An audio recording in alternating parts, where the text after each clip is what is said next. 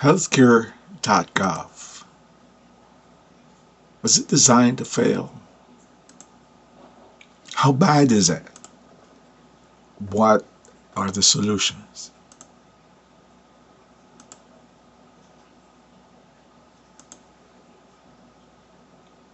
After 1 month, obviously very dysfunctional. The support services, online chat, telephone support, unable to provide real help. Huge numbers of people try to use the system, but most fail to progress to the end satisfactorily. The government groups have admitted failure and are attempting to remedy it. Why it was doomed to fail? The points below pertain to every big project, regardless of the level of technology used. All new systems must go through set quality assurance, QA, testing, and remedial fixes before final implementation. With even limited complexity, 100% of systems built will require affirmation of meeting user requirements and require bug fixes. There's hardly any exception to the rule. The project plan must contain phases with adequate time frame for the QA. The length of time allotted to QA and the quality of the QA team cannot be compromised. Contractors on this project admit to an unbelievable 2-week testing period. What kind of testing? We're not even sure. The excuse, number one, on the first day was too many people logged on the first day. That's probably the most laughable excuse. Why would we not expect 1 million people to try the system, even out of curiosity? First day it was opened. QA testing includes automated simulation of input. It's called load testing and stress testing. Software to do this without real-life people has been around for 20 years or more. So there is software that, when installed with the system, can simulate the act of testing, and it is geared so you have the option of stepping it up to hundreds of thousands of people logging into the system. So if this was done in QA, solutions would have been applied, more computer servers, better connection, because the system would have broken. And it's not just the website. People are saying the Healthcare.gov website is broken. Website access is just a small fundamental part of the complex system. Here's a simple breakdown of the components. Internet access, this is the web access itself, but there's also business rules around the application, the functionality. There's interaction with external systems for more information, for validation. And of course, a major function, the storage, access and retrieval of data, the database. And the overarching critical item, security. Security, security. So if web access, which is most fundamental, is so badly broken, what are the chances that the rest will work? What are the chances that these other components will work? Alternatives were mentioned. What about mail-in forms, telephone sign-ups? Not a solution if the system is broken. Why? Because all forms and telephone input must interface back with the data storage and use a web access. So we're just putting another layer on top of a very broken scenario. Even the automotive junkyard systems need web access and a database. If you go to a junkyard and ask for a particular part, you watch a guy log in and in seconds find the obscure part you're looking for in seconds. He can get the part or tell you which aisle and section to go to get the part yourself. That system has a national network connecting even the most humble, ugly-looking junkyard. And the system works. Beyond the tangle of bent and broken cards and a muddy yard runs a slick system which makes money for the owners because it works and is efficient. Other major components appear to be broken too. The core, we talked about database.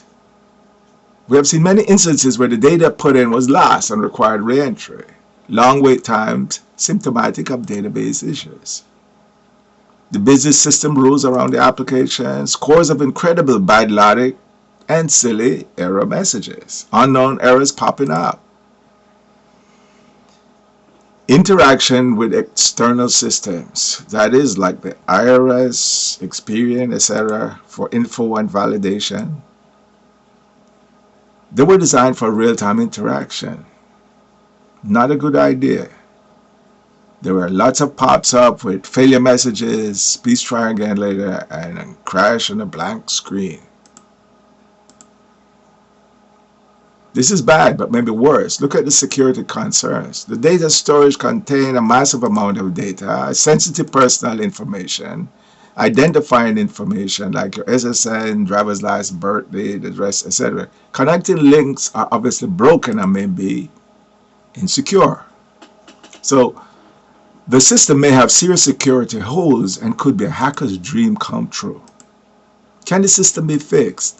Well, sure, most things can be fixed, but in what time frame? Given the law implementation January 1st, time is a major constraint. Overall, it needs better organization and coordination. Too many disparate parts. First, needs top tech pros to do an entire audit to identify root causes. We need to step back and look at the whole system.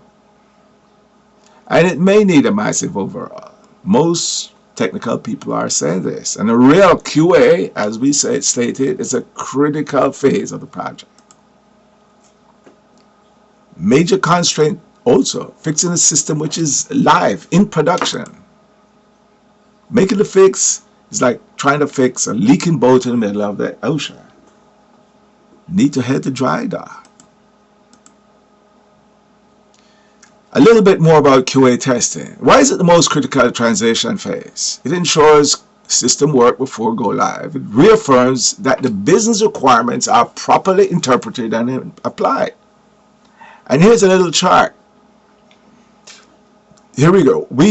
The ACA, the Affordable Care Act requirements are used to develop and fix the system. There's a developer test that needs to take place, and we move to the next phase, a QA test 1. In this QA test, we're asking for CMS, the overarching government body that's responsible for the application, maybe the insurance companies with the exchanges, etc., to do the first test. Then pass to the QA 2 group. Now this is a group we're proposing, which is built with consumers, a good demographic mix of different types of ordinary consumers from all over America with different needs, and who are sort of formed as a group to do the testing as lay people on the outside to see what kind of issues they come up with. If that passes, it goes to then the system, then and only then the system can be implemented. Of course, there's a loop where the development of the system has their own tests, and those tests, if they fail, they go back for fixes. At the point where they actually pass the test, they're passed on to QA1. Now, if QA1, there's a failure, stop. Send it back for development.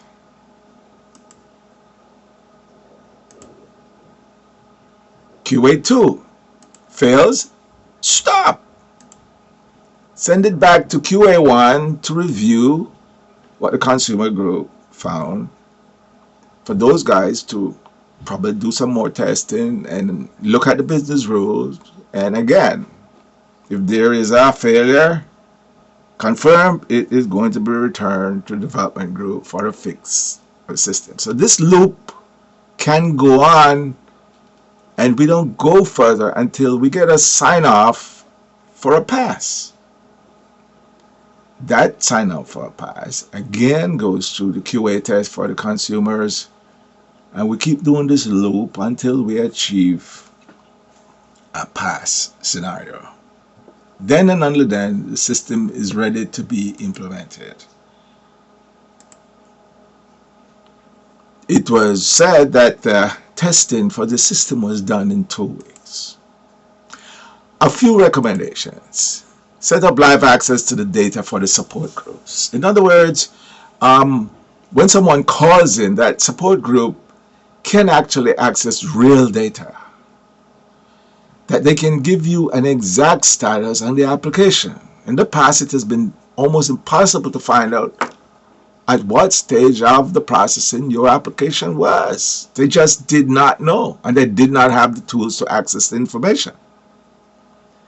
They had access to screen with an apology that the system has a big backlog, is overcrowded, or maybe down. Try later. Thanks for your patience.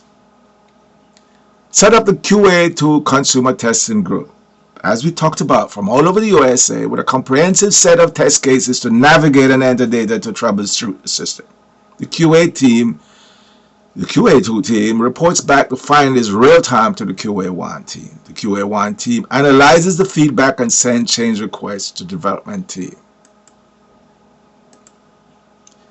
This fix for techies only here, this page kind of digs a little deeper, a deeper dive. It says, hard to stay from a distance and identify exactly what's wrong. After 4 weeks attempting to use the system, here are our conclusions. As a first step, an independent technical/business audit is necessary to identify issues and root causes. We're saying this on the basis that the contractor said there were only 2 weeks of testing, and the fact is the system is broken. A few things are apparent. The software validation process is badly broken, clearly not tested. So we're suggesting that rather than a real-time interaction for validation and identification, validation, and so on, download the essential data from those systems, from the IRS, Experian, etc., and develop a transition database. This database can be refreshed periodically. Those systems themselves have constant interaction and heavy traffic, and that's one of the reasons why interacting with them on a line-by-line basis and an input-by-input basis is a bad idea. So the input process for the applicants would go through take the input, then a validation at the end, then you send back feedback on what's wrong. We're assuming that the big fix will be going on. As of now, some people are being designated to fix the problem. So we're assuming that that is happening. But while it is going on, separate the account setup and login from the data input and validation, and do the batch offline update nightly. Send emails back, as we talked about, to the applicants with changes that have to be made. Right now, most people are just plain stuck, not knowing what data needs to be corrected. Conclusion: yes, the project was designed to fail. In the private sector, if we attempted to deliver a product like this, we would be replaced early in the application cycle. This is a perfect example of what will, not may, what will go wrong every time when the proper methodology, including industrial strength QA, is not applied. The heads of government mentioned throwing in hundreds of contractors to solve the issue, like a troop search. Well, a tech search, bad idea. Ever heard too many cooks spoil the broth? Paper mail-in forms, telephone sign-ups, not effective. And the support groups can actually access real data. The use of the 800-318-2596 number will only cause a surge in frustration. Rather than the system crashing on its own, how about a structured shutdown every night between 12 a.m. and 6 a.m. while fixes are developed, QA'd, then migrated.